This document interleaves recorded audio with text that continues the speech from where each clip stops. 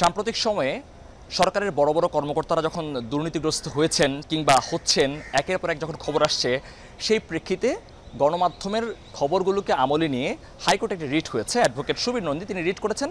তিনি জানতে চেয়েছেন রিটের মাধ্যমে যে সরকারি বিধিবিধান থাকার পরেও কেন সরকারি কর্মকর্তাদের সম্পদের হিসাব নেওয়া হচ্ছে না। অর্থাৎ সরকারের যে আইন আছে সে আইনে বলা আছে প্রতি বছর ডিসেম্বর মাসে প্রত্যেকটি কর্মকর্তা কর্মচারীর সম্পদের হিসেব নিতে হবে।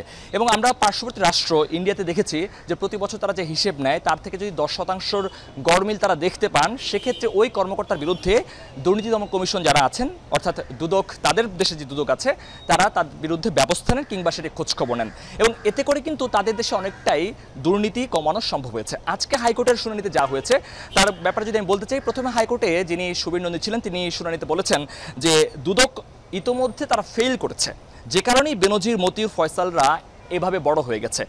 এই প্রেক্ষাপট তুলে তিনি আজকে সাবমিশন দিয়েছেন। তিনি সেখানে বলেছেন, অনেকগুলো বিষয় তিনি এনেছেন।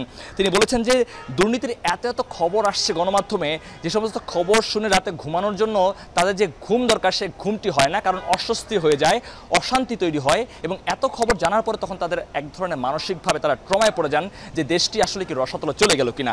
এমন সাবমিশন রেখে তিনি বলেছেন যে এই বিষয়টিকে সরকারের কড়াকড়ি অবস্থায় নেওয়া দরকার, বিশেষত যেহেতু সরকারি কর্মকর্তাদের বিরুদ্ধে অভিযোগগুলো আসছে, সে কারণে এই হিসেব নেওয়াটা যদি থাকতো প্রতি বছর, তাহলে অনেকাংশেই অনেকে যখন সম্পত্তির হিসেব দিতেন স্থাবর অস্থাবর সম্পত্তির, সেক্ষেত্রে কিন্তু এটি কমে আসতে পারতো। এই দাবিতে তিনি তখন সাবমিশন দেন। আদালত বেশ কিছু কথা তিনি বলেছেন। আদালত আজকে প্রথমে বলেছেন যে পত্রপত্রিকা যে হারে দুর্নীতির খবর আসছে, এতে করে দেশের কিন্তু উন্নয়ন অন্তরায় হয়ে দাঁড়াবে এই সমস্ত দুর্নীতির খবরগুলো, এবং যে কোনো উপায়ে দুর্নীতি থামাতে হবে। আদালত স্ট্রিক্টলি বলেছেন অ্যাট এনি কস্ট, এই শব্দটি ব্যবহার করে বলেছেন এই মুহূর্তে দুর্নীতি থামানোর সর্বোচ্চ ব্যবস্থা নিতে হবে।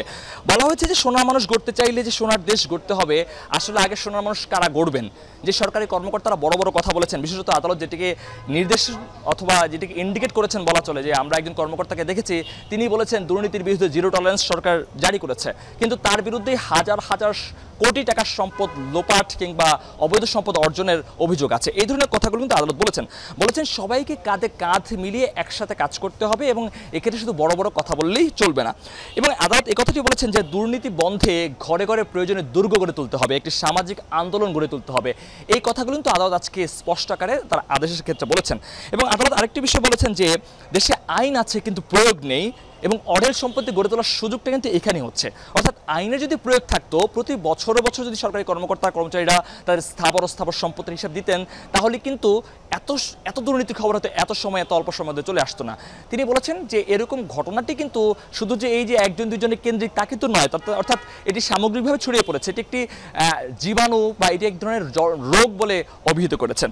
এখানে আজকে যিনি ডেপুটি অ্যাটর্নি জেনারেল রাষ্ট্রপক্ষে যিনি ছিলেন, তিনি আসলে তার সাবমিশনে বলেছেন যে সরকার জিরো টলারেন্স নীতির কথা বলেছে, সেটি বাস্তবায়নের লক্ষ্যে তারা দুর্নীতিকে কোনোভাবে সমর্থন করতে পারে না। তবে তারা একটি কথা বলেছেন সরকারের পক্ষ থেকে, তারা বলেছেন হ্যারাসমেন্ট, অর্থাৎ কোনো সরকারি কর্মকর্তা কর্মচারী যেন এই জায়গা থেকে কোনো ধরনের হ্যারাসমেন্টের শিকার যেন না হন, এই বিষয়টি তারা আসলে বলেছেন। এবং দুদকের পক্ষ থেকে যিনি আইনজীবী ছিলেন তিনি বলেছেন যে তিনিও এই হিসেব নেওয়ার পক্ষে, তারাও চান যে ধরনের হিসেব সরকার নেই। তবে একটি বিষয় তারা বলেছেন, চলমান যে আইনটি আছে সেটিকে তারা কিছু সংশোধনের কথা বলেছেন।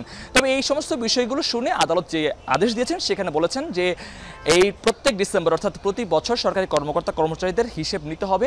একই সাথে এই 3 মাসের মধ্যে জানাতে হবে এত বছর তারা কেন সরকারের বিধিবিধান থাকা সত্ত্বেও কেন সরকারি কর্মকর্তা কর্মচারীদের হিসেব নেননি, সেই বিষয়টি সম্পর্কে আদালতকে জানাতে হবে। এটি একটি রুল জারি করেছেন। আজকে আমরা গণমাধ্যমে পরবর্তীতে সুবীর নন্দী এসে কথা বলেছেন। তিনি বলেছেন যে গণমাধ্যম যেভাবে আমাদেরকে তথ্য দিচ্ছে, এই তথ্যগুলো আসলে কিন্তু অন্যভাবে আসার কথা ছিল, বা এই তথ্যগুলো কিন্তু এতদিনে আসেনি, সেটি কিন্তু আসলে একটি নিরাশার কথা বলে তিনি উল্লেখ করেছেন। তো আদালত প্রাঙ্গণে আজকের এই আদেশটি বাস্তবায়নের প্রেক্ষিতে 3 মাস পর জানা যাবে যে সরকার কেন হিসাব নেয়নি কিংবা সরকারি কর্মকর্তা কর্মচারীরা কেন হিসাব দেয়নি। মহিউদ্দিন মধু, যমুনা নিউজ, ঢাকা।